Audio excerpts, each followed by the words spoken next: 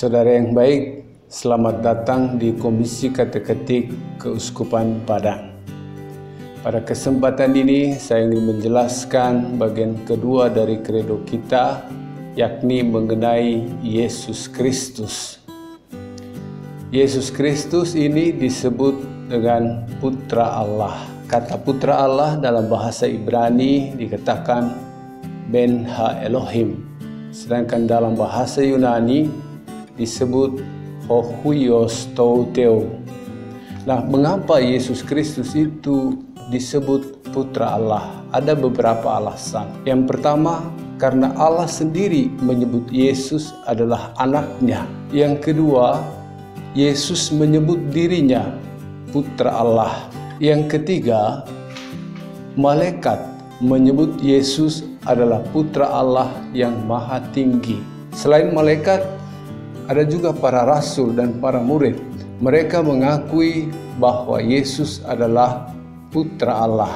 Dan selain itu, ada juga setan atau iblis mengakui bahwa Yesus adalah Putra Allah. Dan yang terakhir, ada orang-orang dekat, misalnya Marta, lalu kemudian juga kepala prajurit ketika Yesus hendak meninggal di Kalvari. Mereka menyebut bahwa Yesus adalah Putra Allah. Itulah mengapa kita menyebut atau memanggil Yesus adalah Putra Allah. Apa makna sebutan Putra Allah itu? Pertama, bagi orang yang tidak mengimani Kristus, mungkin akan berkata bahwa ungkapan anak Allah tidak tepat dikenakan pada Allah. Dia tidak punya anak karena dia tidak beristri. Boleh jadi orang berpikir seperti itu. Nah, pendapat itu muncul karena menempatkan ungkapan anak Allah pada relasi biologis, hubungan darah antara anak dengan ayahnya. Ajaran Gereja Katolik tidak seperti itu. Ungkapan anak Allah menggambarkan relasi ontologis antara anak dan bapa, yakni relasi yang terbangun karena kesamaan hakikat essere dengan Bapa sejak kekal. Yesus sehakikat dengan Allah. Yesus bersaksi, aku dan Bapa adalah satu. Yohanes bab 10 ayat 30. Melihat Yesus sama dengan melihat Bapa. Bandingkan Yohanes 14 ayat 9. Yang kedua, makna Putra Allah itu menjelaskan bahwa Yesus datang dari Bapa dan dia adalah Allah yang menjadi manusia. Dia diutus, diberi tugas oleh Bapanya, dan sejak kekal Bapa selalu bersama putranya.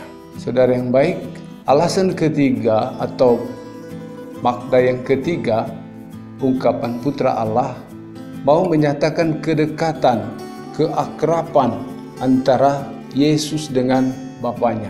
Seperti Yesus memanggil Allah dengan ungkapan Abba sebagai ungkapan penghormatan dan keakraban, demikian juga ungkapan anak sebagai tanda keakraban dan penghormatan Bapa terhadap Yesus yang adalah, inilah anakku yang kukasihi, kepadanya lah aku berkenan.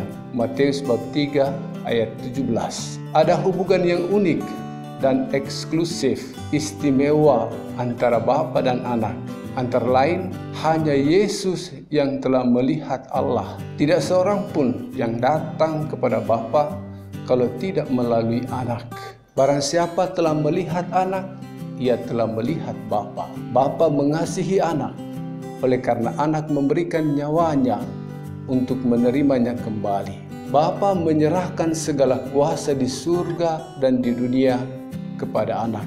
Bisa dilihat Matius bab 28 ayat 18. Makna yang keempat, ungkapan Putra Allah untuk menjelaskan bahwa Yesus adalah gambar citra Allah yang paling sempurna. Kalau mau mengenal Allah, maka kenalilah Yesus. Jika Anda tidak mengenal Yesus, maka Anda tidak akan mungkin mengenal Allah.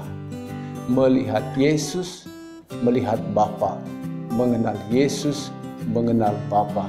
Makna yang kelima, ungkapan putra Allah adalah dipakai untuk membedakan Yesus dengan manusia lainnya. Dalam Perjanjian Baru, ungkapan anak Allah untuk Yesus selalu bersifat tunggal dan tidak pernah dipakai untuk sosok selain Dia. Sedangkan untuk kita, untuk manusia, selalu dikatakan anak-anak Allah, tidak pernah dikatakan anak Allah, selalu bersifat jamak. Hal ketiga yang bisa kita jelaskan lagi adalah mengapa Yesus disebut putra Allah yang tunggal. Tunggal itu dalam bahasa Yunani dikatakan monogenes. Pertama, Yesus disebut sebagai putra Allah yang tunggal karena Dia tidak memiliki saudara dan saudari lainnya. Mungkin ada orang berpendapat bahwa Dia punya saudara kandung. Tidak, menurut keyakinan Katolik, Dia tidak punya saudara kandung. Dia tunggal, monogenes, dari jenis yang sama. Maksudnya, tidak ada lagi sosok lain yang seibu dengan Dia, seibu dengan Yesus. Tidak ada lagi orang lain yang dikandung dari Roh Kudus, hanya Yesus.